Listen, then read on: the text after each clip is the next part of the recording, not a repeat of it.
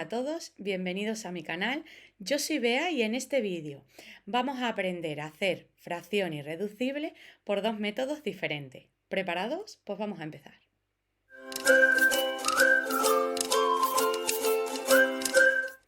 Bien chicos, pues como os he dicho, en este vídeo vamos a aprender a hacer fracciones irreducibles por dos métodos diferentes. Bien, ¿qué es lo primero que tenemos que saber? Lo primero que tenemos que saber es qué es una fracción irreducible.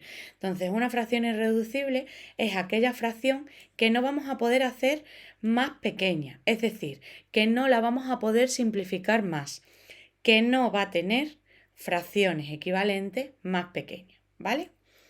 Vamos a empezar por el primer método. No tiene un nombre como tal, entonces yo lo llamo el método de poco a poco. ¿Por qué?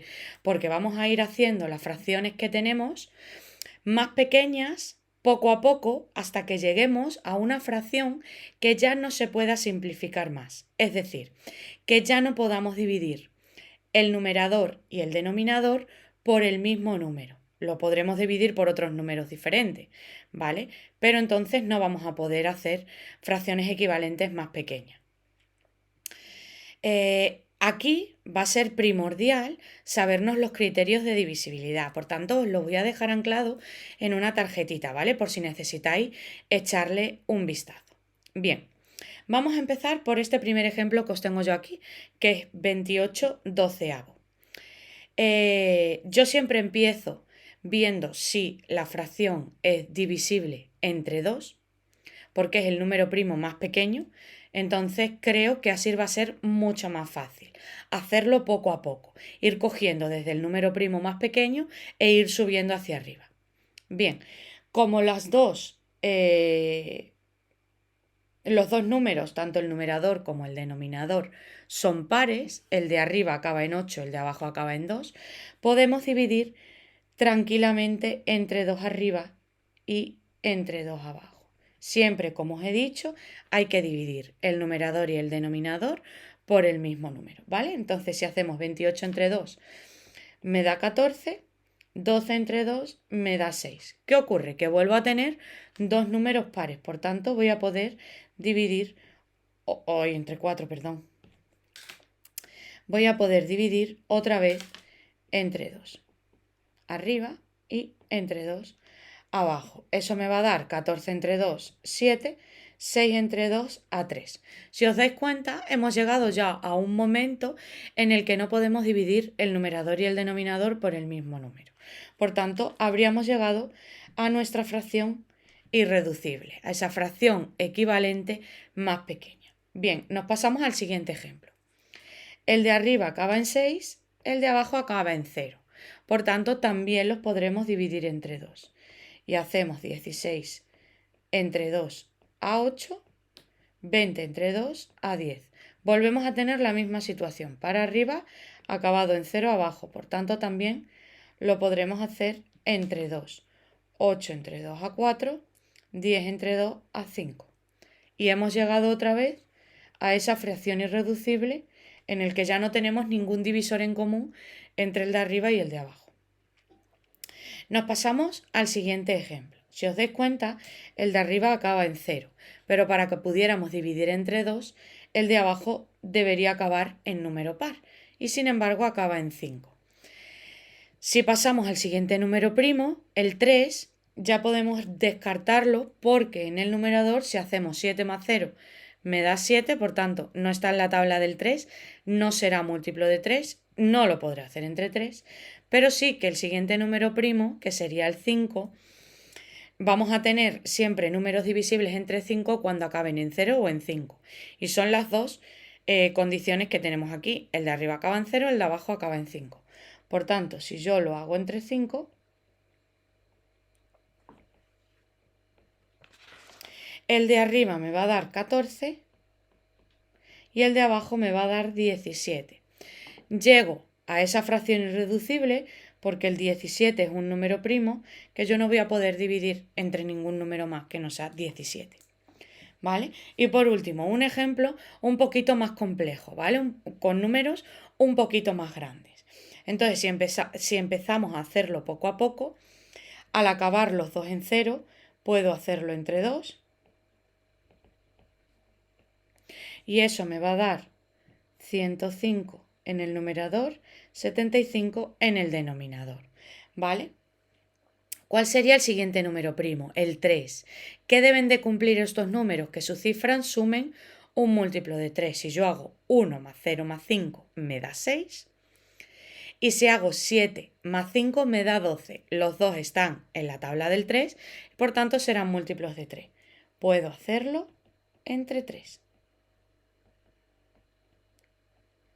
105 entre 3 me va a dar 35 y 75 entre 3 me va a dar 25. Vale, si ahora hago 3 más 5 ya me da 8, por tanto descarto el 3, pero como los dos acaban en 5, puedo hacer entre 5. Ambos, el numerador y el denominador. Si yo hago 35 entre 5, me da 7, y si hago 25 entre 5, me da 5. Y como os podéis dar cuenta, he llegado a esa fracción irreducible. Vale, vamos a aprender a hacer esta fracción irreducible por un segundo método. En este segundo método lo primero que vamos a tener que hacer es factorizar numerador y denominador, ¿vale?